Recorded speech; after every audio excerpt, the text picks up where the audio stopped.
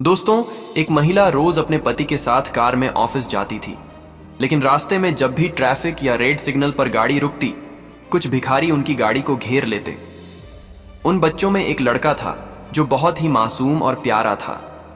कभी वह गुब्बारे बेचता, कभी पान और कभी गुलाब के फूल। वह भी उनकी गाड़ी के पास आता था। उसकी मासूमियत और मीठी बातें उस महिला को बहुत अच्छी लगने लगीं। धीरे धीरे उस महिला को वह लड़का बहुत पसंद आने लगा। लेकिन एक दिन उस लड़के का एक्सीडेंट हो जाता है। बाद में जब महिला को सच्चाई पता चलती है तो वह दंग रह जाती है। वो मासूम बच्चा कोई और नहीं बल्कि उसका ही अपना बेटा था, जिसे जन्म के बाद किसी मजबूरी में उसे छोड़ना पड़ा था। 8 साल बाद वही बच्चा सड़कों पर इस तरह भटकता हुआ भीख मांगने को मजबूर था। तो दोस्तों, आखिर क्या मजबूरी थी? ऐसा क्या हुआ था कि उसे अपना ही बच्चा छोड़ना पड़ा? और हादसे के बाद जब महिला का पति इस सच्चाई को जानता है तो क्या होता है? आइए इस भावनात्मक कहानी के अगले हिस्से में जानते हैं पूरी सच्चाई। लेकिन वीडियो में आगे बढ़ने से पहले आप सभी से अनुरोध है, वीडियो को लाइक करें और हमारे YouTube चैनल को सब्सक्राइब जरूर करें। दोस्तों, यह एक माँ और उसके बेटे के दिल को छू लेने वाली कहानी है। यह कहानी दिल्ली की है।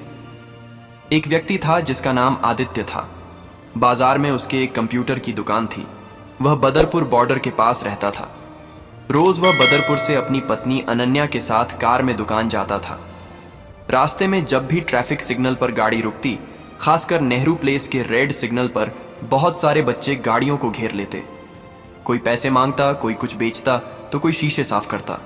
लगभग 810 बच्चे होते और कुछ बुजुर्ग महिलाएं भी। उनमें एक लड़का था जिसका नाम शिवांश था। उम्र करीब 10 या 11 साल। वो गुब्बारे बेचता था। एक दिन वह आदित्य और अनन्या की गाड़ी के पास आया। उसने अनन्या को देखकर कहा, आंटी, गुब्बारा ले लीजिए। अनन्या मुस्कुराई और बोली, गुब्बारे का मैं क्या करूंगी? शिवांश बोला, अपने बच्चे को दे दीजिए।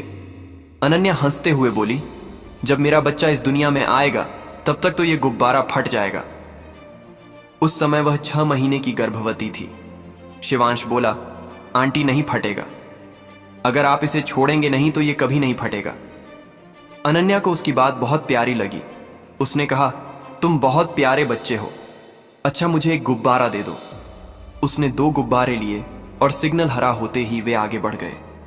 कुछ दिनों बाद फिर जब गाड़ी वहां रुकी, शिवांश फिर आया, लेकिन इस बार वह पेन बेच रहा था।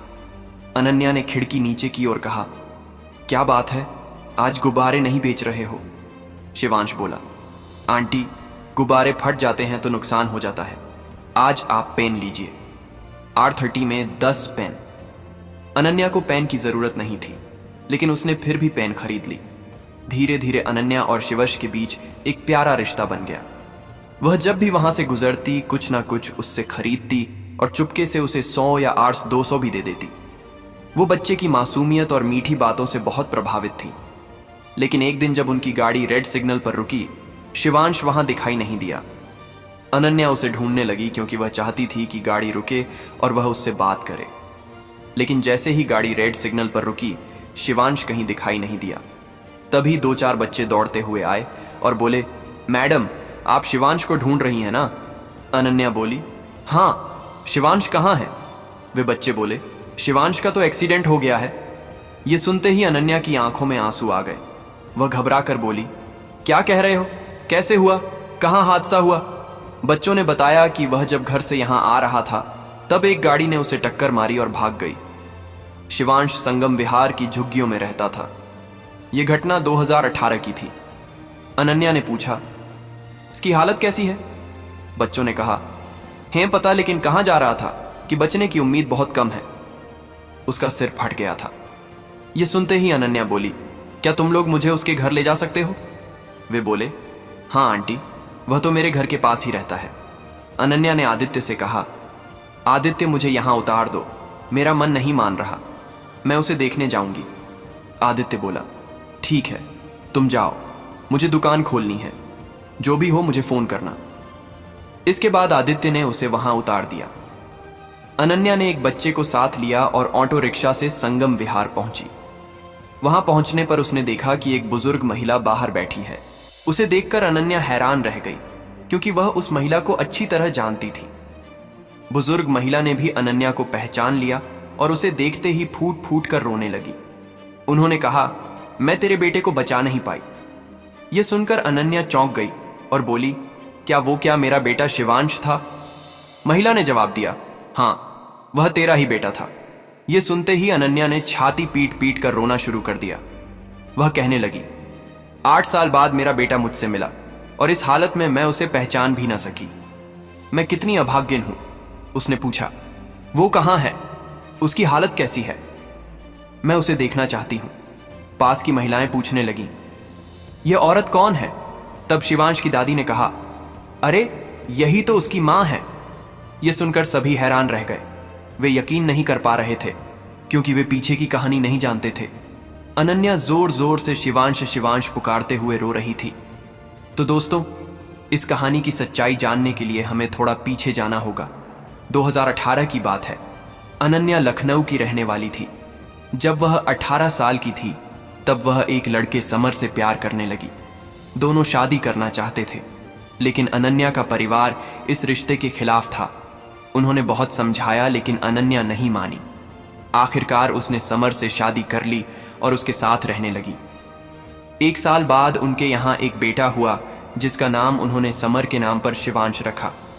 लेकिन शादी के 1 साल बाद अनन्या को पता चला कि समर से शादी करना उसकी बहुत बड़ी गलती थी। समर एक हिस्ट्री शीटर था और गैंगस्टर से जुड़ा हुआ था। एक दिन जब अनन्या ने उसे समझाने की कोशिश की, वो नहीं माना और फिर एक दिन उसके दुश्मनों ने समर की हत्या कर दी। अनन्या को पहले से एहसास था कि ऐसा कुछ हो सकता है। उसने सोचा, अब मेरा बेटा है, मैं उसके साथ अपनी जिंदगी गुजारूंगी। लेकिन शादी के 2.5 साल बाद उसके माता पिता, जो उसकी शादी के बाद उससे बिल्कुल भी बात नहीं करते थे, वापस आए और उसे समझाने लगे। उन्होंने कहा, बेटी, जो हुआ उसे भूल जा, तू अभी जवान है, हम तेरी दूसरी शादी कर देंगे, लेकिन शर्त रखी, तुझे इस बच्चे को भूलना होगा। अनन्या ने कहा, मैं अपने बेटे को नहीं छोड़ सकती। लेकिन माता पिता बोले, अगर ये बच्चा रहेगा तो कौन तुझसे शादी करेगा? शिवांश के दादा दादी ने भी कहा, तू शादी कर ले, हम इस बच्चे को पाल लेंगे, ये हमारा खून है। अनन्या ने बहुत सोच विचार के बाद शिवांश को छोड़कर अपने माता पिता के साथ चली गई। जाते समय वह इतनी बुरी तरह रोई कि आसपास के लोग भी रो पड़े। उसके माता पिता ने उसके लिए आदित्य नाम का एक अच्छा लड़का चुना। आदित्य से मिलने के बाद रिश्ता पक्का हुआ और शादी हो गई। लेकिन आदित्य के परिवार से अनन्या का अतीत छुपाया गया। उन्हें बताया गया कि अनन्या अविवाहित है। आदित्य दिल्ली में रहता था। उसका परिवार पढ़ा लिखा था। अनन्या से शादी करके आदित्य बहुत खुश था, क्योंकि अनन्या बहुत सुंदर थी और जीवन की कठिनाइयों ने उसे परिपक्व बना दिया था। आदित्य उसे बहुत प्यार करता था। शादी के बाद वह बदरपुर के एक फ्लैट में रहने लगे। आदित्य की नेहरू प्लेस में लैपटॉप की दुकान थी। अनन्या भी उसके साथ दुकान चलाने लगी। कुछ कर्मचारी भी थे और उनकी आमदनी अच्छी थी। लेकिन जब अनन्या की जिंदगी अच्छे से चल रही थी, तब उसके बेटे शिवांश की जिंदगी में तूफान आ गया। शिवांश के दादा का देहांत हो गया। दादा के मरने के बाद परिवार के लोगों ने कहना शुरू कर दिया, इस बच्चे को इसकी मां छोड़कर चली गई, अब तुम क्यों इसे अपने पास रख रही हो? इसे किसी अनाथ आश्रम में दे दो। लेकिन शिवश की दादी ने साफ इनकार कर दिया। उन्होंने कहा, नहीं, ये मेरा समर है, मैं इसे कभी नहीं छोड़ूंगी। परिवार में हर दिन इसी बात को लेकर झगड़े होने लगे। एक दिन शिवश की बुआ यानी पिताजी की बहन वहां आई और उन्होंने देखा कि बच्चे को लेकर बहुत परेशानी हो रही है। उन्होंने दादी से कहा, मां, अगर इतना झंझट है तो बच्चे को मुझे दे दो, मेरे 2 बेटे हैं, मैं इसे दिल्ली ले जाऊंगी। लेकिन दादी ने कहा, नहीं, मैं किसी पर भरोसा नहीं करती, वो मेरे साथ ही रहेगा। तब बुआ ने कहा, ठीक है, तो आप भी मेरे साथ चलिए, जो मैं खाऊंगी वही आप भी खाएंगी। इस तरह शिवांश अपनी दादी के साथ दिल्ली आ गया। बुआ संगम विहार में रहती थी। वह यहां वहां मजदूरी करती थी। धीरे धीरे समय बीतता गया। जब शिवांश 8 साल का हुआ, उसने देखा कि कुछ लड़के रोज पैसे कमा कर लाते हैं। उसने उनसे पूछा, तुम लोग पैसे कहां से लाते हो? उन्होंने बताया, हम दिल्ली की सड़कों पर रेड सिग्नल पर जाकर गाड़ियों के पास पैसे मांगते हैं। शिवांश के मन में भी यह बात आई। इस बीच उसकी दादी की तबीयत बिगड़ने लगी और उसके फूफा यानी बुआ के पति शराबी थे। वह रोज झगड़ा करते। शिवांश ने कहा, मैं भी तुम्हारे साथ चलूंगा, लेकिन दादी ने मना किया।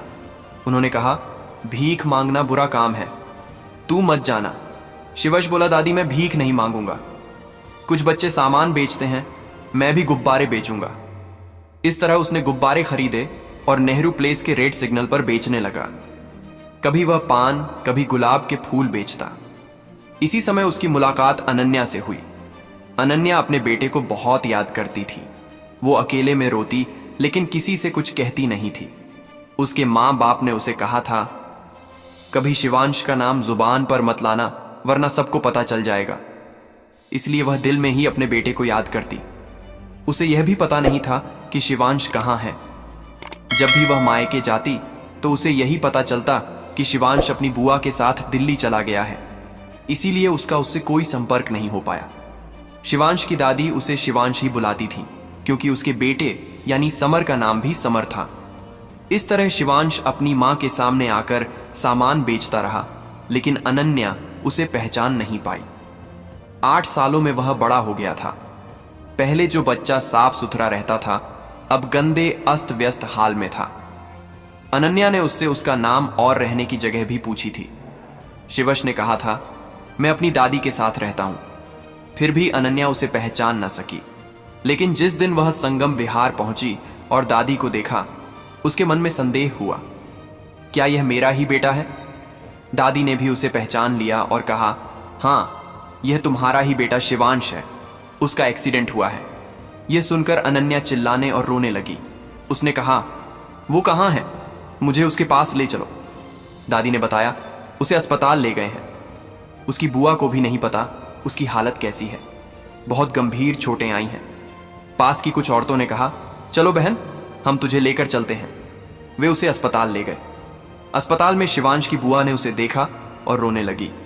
उन्होंने कहा, उसकी हालत बहुत खराब है, डॉक्टर कह रहे हैं कि बचने की उम्मीद बहुत कम है। अनन्या बोली, ऐसा नहीं हो सकता, ये दुआ करो कि वह मुझे छोड़कर ना जाए। 4 घंटे बीत जाने के बाद भी कोई खबर नहीं थी। शिवश आईसीयू में था। इस बीच आदित्य बार बार फोन कर रहा था। अनन्या ने एक बार फोन उठाकर कहा, आदित्य, उस लड़के के बचने की कोई उम्मीद नहीं है, मुझे माफ करना, मैं आज नहीं आ पाऊंगी। आदित्य हैरान होकर बोला, क्या कह रही हो तुम? अस्पताल पहुंच गई हो? ये कैसी बात कर रही हो? उसके माँ बाप हैं, वह देख लेंगे। लेकिन अनन्या कैसे बताती कि वह लड़का उसका अपना बेटा है? उसने कहा, आदित्य, मैं अभी बात नहीं कर सकती, और फिर फोन बंद कर दिया। 2 दिन बाद तीसरे दिन डॉक्टर ने कहा, अगर उसे होश आ गया तो वह ठीक हो जाएगा, वरना कुछ कहा नहीं जा सकता। तीसरे दिन ही डॉक्टर ने खुशखबरी दी, लड़के को होश आ गया है, अब आप लोग उससे मिल सकते हैं। यह सुनते ही सभी एक दूसरे को गले लगाकर रोने लगे। अनन्या दौड़ कर गई और देखा शिवश की आंखें खुली हुई हैं। उसने कहा, आंटी आप आ गई? अनन्या ने भावुक होकर कहा, बेटा मैं आंटी नहीं तुम्हारी मां हूं। उसने शिवांश को चूमा और गले लगा लिया। डॉक्टर ने मना किया कि ज्यादा बात ना करें, लड़के को होश आ गया है, अब टेंशन मत लो। 3 दिन तक अनन्या ने आदित्य को फोन नहीं किया, ना ही उसने अपना फोन ऑन किया। आदित्य परेशान होकर संगम विहार पहुंचा और पूरी बात जान गया। अस्पताल जाकर उसने अनन्या से कहा, तुम लोगों ने धोखा दिया है, हमारा रिश्ता खत्म। अनन्या कुछ नहीं बोल सकी, वो सिर झुकाए सब सुनती रही। आदित्य चला गया। अनन्या को एक ही सुकून था, शिवांश की जान बच गई। 1 हफ्ते बाद डॉक्टर ने शिवांश को छुट्टी दे दी। अनन्या उसे संगम विहार ले आई और उसकी देखभाल करने लगी। जब उसने आदित्य को फोन किया तो देखा कि उसका नंबर ब्लॉक कर दिया गया है। 10 दिन बाद आदित्य अपनी मां और बहन के साथ संगम विहार आया। अनन्या उन्हें देखकर फूट फूट कर रोने लगी। उसकी सास ने कहा, बेटी मत रो, चलो घर चलते हैं। अनन्या बोली, नहीं, मैं अब अपने बेटे को छोड़कर कहीं नहीं जाऊंगी। उन्होंने कहा, किसने कहा छोड़ने को? तुम्हारा बेटा, यहां तक कि उसकी दादी भी सब साथ चलो। आदित्य बोला, चलो, मैं भी तो तुम्हारे बिना नहीं रह सकता। और फिर सब एक साथ चले गए। ये घटना 2018 की है। उस समय अनन्या 6 महीने की गर्भवती थी। 3 महीने बाद उसने एक बेटे को जन्म दिया। 2-3 साल बाद एक बेटी हुई। आज वह सभी एक अच्छा जीवन जी रहे हैं। शिवांश, अनन्या, उसका छोटा भाई बहन सब बहुत खुश हैं। तो प्यारे दोस्तों, किसी भी बच्चे को उसकी माँ से अलग नहीं करना चाहिए। और आज की कहानी यहीं समाप्त होती है। अगर कहानी अच्छी लगी हो तो लाइक करें, दोस्तों के साथ शेयर करें। धन्यवाद।